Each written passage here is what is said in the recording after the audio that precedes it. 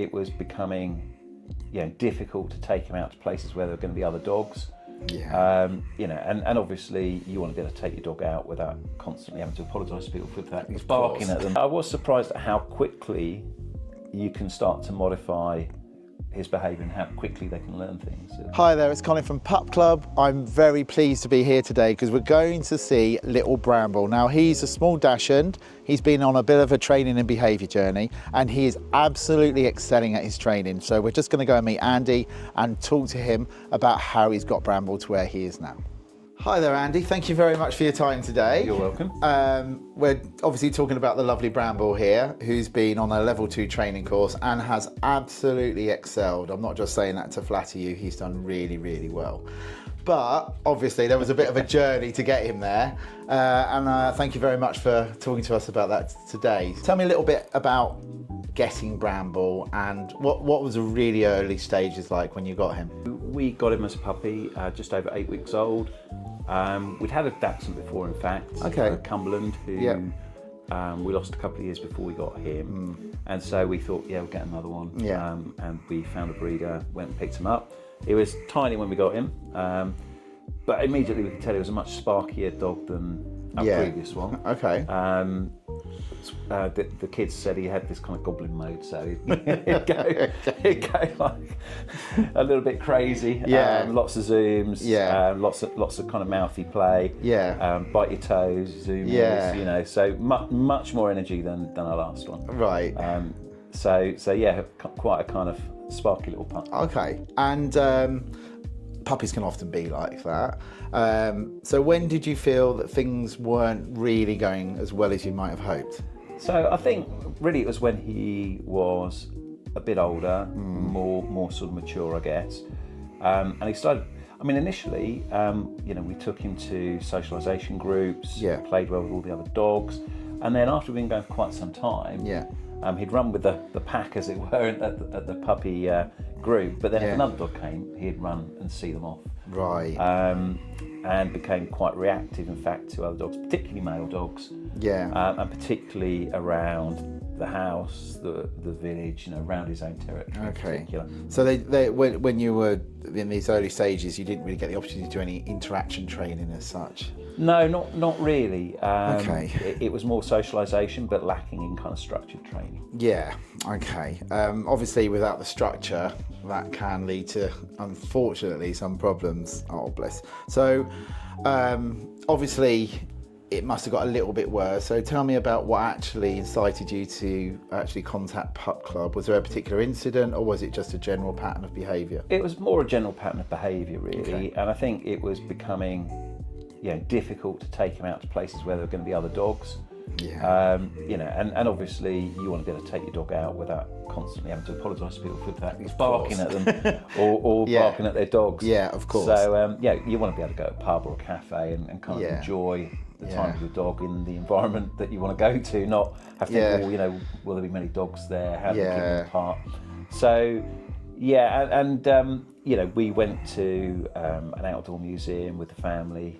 About a year ago actually, and he was just kind of barking at everything that went by, basically. Right. So it became quite stressful, obviously. Yeah, it did, and we realised that we've got to kind of correct that behaviour. We can't allow that to go on, really. Of course. And obviously you contacted Pup Club. And as I understand it, and we can put a link in the video, actually, in the description of this video below, but you actually undertook a one-to-one programme, as I understand it, with Dan. Yes, I did, And tell me a little bit about how that was and what happened on that programme. So that was really useful. We had 5 weeks, I think, five, where Dan would come typically to the house. Not always, sometimes we'd go out to an environment where we'd meet more dogs because there's not that many dogs around here. But generally it was to kind of initially observe his behaviour, find out what his triggers were. We weren't sure initially whether he was reactive because he was nervous or whether he was reactive because he was dominant. We soon find out actually it was because he was dominant. Dan thought maybe he'd been over socialised. The early stages. The early stages and that kind of. became confident, then overconfident, and then started to become Yeah, dominant I mean, as well. I'm guessing Dan might have inferred that what you said, there wasn't the structure, so that any of those behaviours he was exhibiting weren't corrected as such earlier on. Exactly, he was Yeah. able to kind of behave as he wanted to, really. Yeah, okay. And Dan bought his own dogs as well, which is very useful. He's Yeah. got a couple of much bigger dogs that didn't seem to. Bramble didn't seem to care. He still wanted to fight them. So. Okay. Yeah.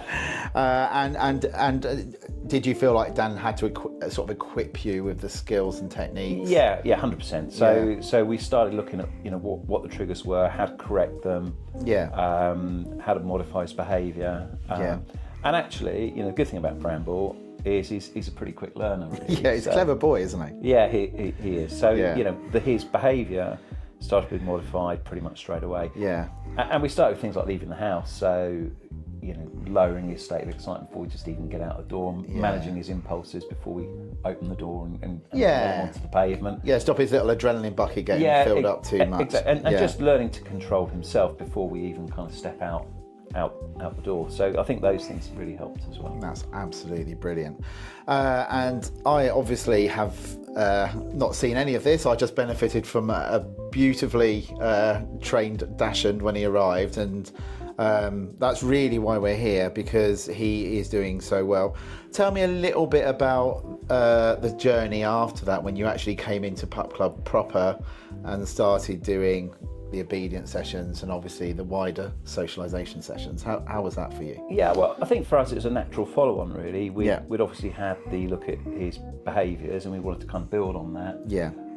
Now that we learnt a bit more about him and the kind of underlying psychology, it was good to then build on that with some obedience training, and get him to kind of work in the way that we'd want to see him behave, I guess. Yeah. Did he surprise you? Because I mean, at Pup Club we do obviously our dog academy. We often get dogs with a range of behaviours, but we absolutely believe that all dogs deserve a chance. We don't just train puppies, we train dogs with behaviours. But did he surprise you at all? Because I mean, from my perspective, he was just absolutely brilliant at training.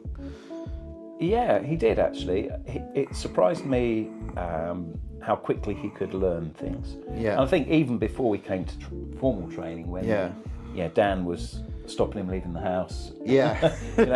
Just opening, closing the door, and within about 30 seconds he got the message that actually, no, if I stick my nose out, the door's just going to close. Yeah, so, he's a clever boy. Yeah, I was surprised at how quickly you can start to modify his behaviour and how quickly they can learn things, and how focused he was. And I think part of wanting to bring him to training was because once he starts looking to you for once you start training him, he starts looking to you for direction, and once he starts looking to you for direction, his entire behaviour becomes better. So it's kind of one thing leading to another. Yeah, I mean, that came across quite strongly in the training actually, that I genuinely haven't seen a reaction from him. He has been really focused on you, and even when your son came in to replace you, that change of personnel, if you like, he was still razor sharp with his training. So I was incredibly impressed with him. Yeah. And how did you find the Pup Club community as a whole? Yeah, it's really good. It's always nice to come down and meet all the other dogs.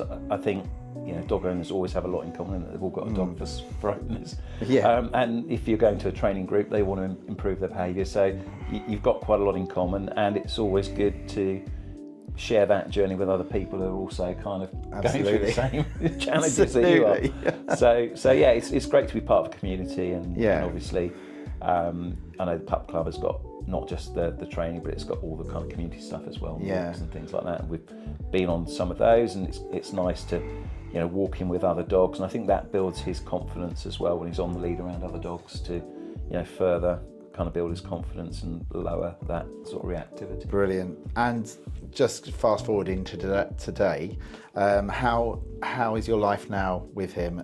Are there still a few challenges, or does he completely align with your lifestyle now? He's a lot better. Again, there's still much more we could do with him, I think. Of course. He is a Dachshund, so he's going to bark most of the time. So we're still working on that. Yeah.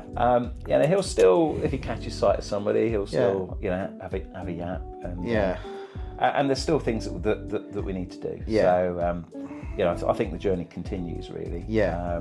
We've made a really good start. Yeah. But it's a case of kind of building on that and continuing to build. Of course. Yeah. There we go. There we are. He's asking, barking now. he's being ignored now. Yeah, so he's doing a bit of demand barking, so I'll try to ignore him. Okay, Andy, well, thank you so much for talking to us. Little Bramble here. So one thing I could do, I can ignore him, but then get him doing something for his food. So let's... Hey, Bramble. Hey, down. Sit. Down. Good boy. Settle. Good boy. There we go. So he's a good little worker, isn't he? He is, yeah. Good boy, good settle. But thank you very much for talking to us today. You're welcome. And sharing your journey with Bram. I'm sure that will help people out there who are going through similar struggles. And it's always nice to meet a lovely little Dachshund. So thank you very much. You're welcome.